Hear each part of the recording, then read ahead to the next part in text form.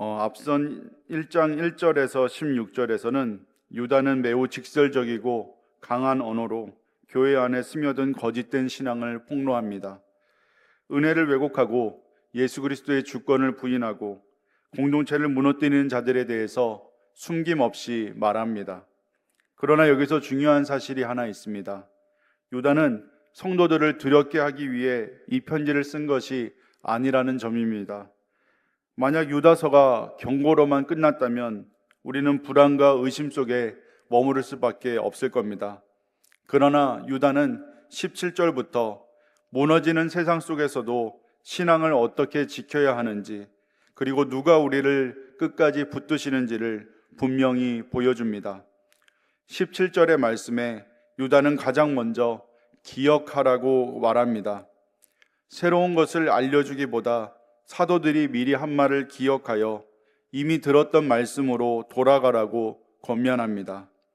그러면 사도들이 미리 한 말이 무엇입니까? 바로 마지막 때에 자기의 경건하지 않은 정욕대로 행하며 조롱하는 자들이 있으리라 그랬습니다. 교회 안에 경건하지 않고 정욕대로 행하며 조롱하는 자들이 나타날 것이다. 이 일은 예상 밖의 일이 아니라 이미 사도들이 말해 두었던 일로 사도들은 이미 교회가 겪게 될 미래를 알고 있었습니다. 복음이 퍼질수록, 교회가 세워질수록 외부의 박해보다 내부의 혼란이 더 큰 위협이 될 것을 경고했습니다.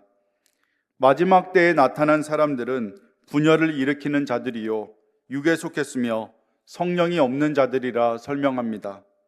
겉으로는 영적인 말을 하고 성경을 인용하고 열심히 있어 보일 수 있습니다. 그러나 유다는 분명히 말합니다. 그들은 성령의 인도하심 아래 있지 않은 자들이라고.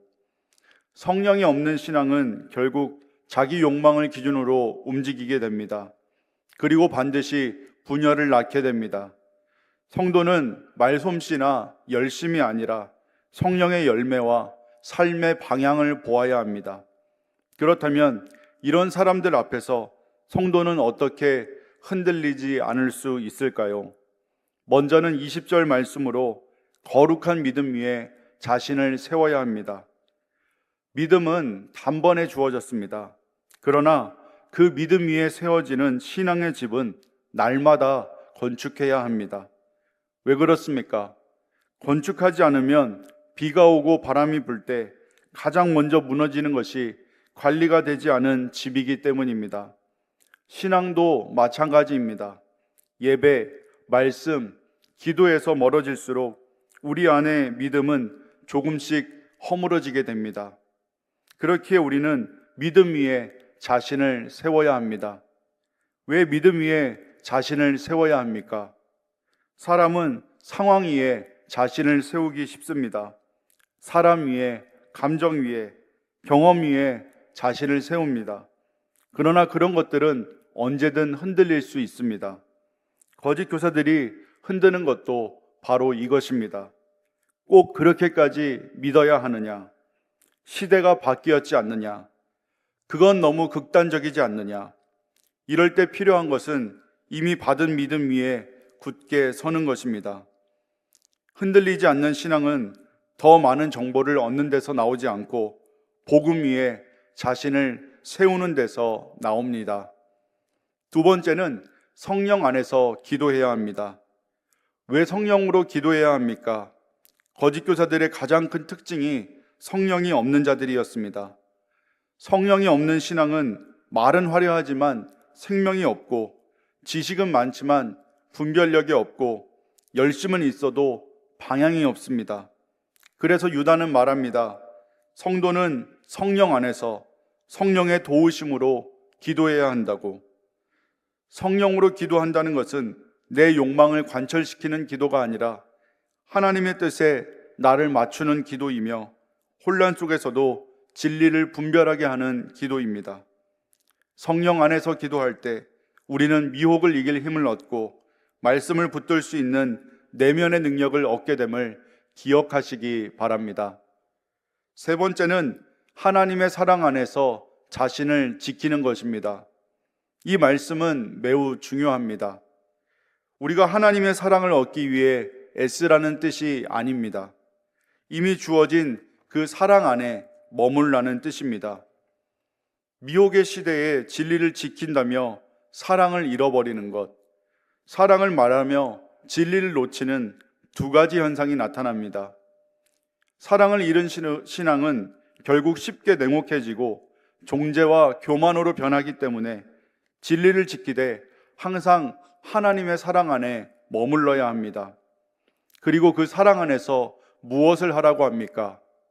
영생에 이르도록 우리 주 예수 그리스도의 긍휼을 기다리라. 우리는 행위로 완성되는 사람이 아니라 긍휼로 끝까지 인도함을 받는 사람들입니다. 네 번째는 의심하는 자를 긍휼히 여기라는 것입니다. 유다는 공동체를 향한 태도도 가르칩니다. 믿음이 약해 흔들리는 사람들이 있습니다. 거짓된 가르침 앞에 혼란스러워하는 성도들이 있습니다. 유다는 말합니다. 정죄하지 말고 긍휼히 여기라. 진리는 강하지만 성도는 연약합니다. 그래서 교회에는 인내와 사랑이 필요합니다. 그러나 죄는 분명히 미워해야 합니다. 그러나 사람을 포기해서는 안 됩니다. 죄와 타협하지 않되 구원의 손길을 놓지 말라. 이것이 유다가 말하는 성도의 자세입니다. 24절에서 25절 말씀으로 능히 너희를 보호하사 거침이 없게 하시고 그랬습니다. 여기서 유다는 가장 중요한 진리를 선언합니다.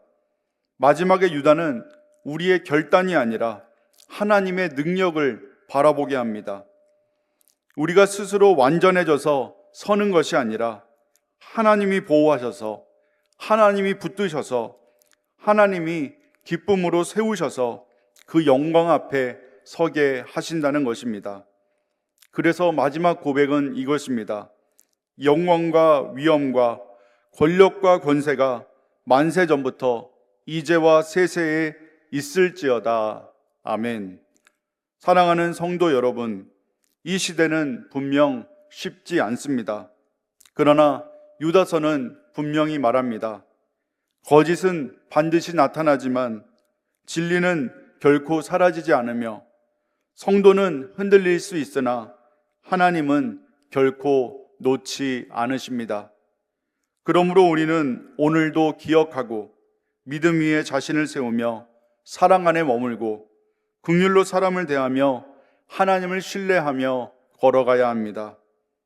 흔들리는 시대에 필요한 것은 더 빠른 변화가 아니라 더 깊은 믿음이라는 것을 기억함으로 살아가는 저와 여러분이 되기를 소망합니다. 기도하겠습니다. 사랑의 아버지 하나님, 거짓이 난무하는 혼란한 시대 가운데 저희로 하여금 믿음 위에 자신을 세우게 하시며 사랑 안에 머물고 긍휼로 사람을 대하며 주님을 신뢰함으로 살아가게 하여 주옵소서. 감사드리며 예수님 이름으로 기도하옵나이다. 아멘.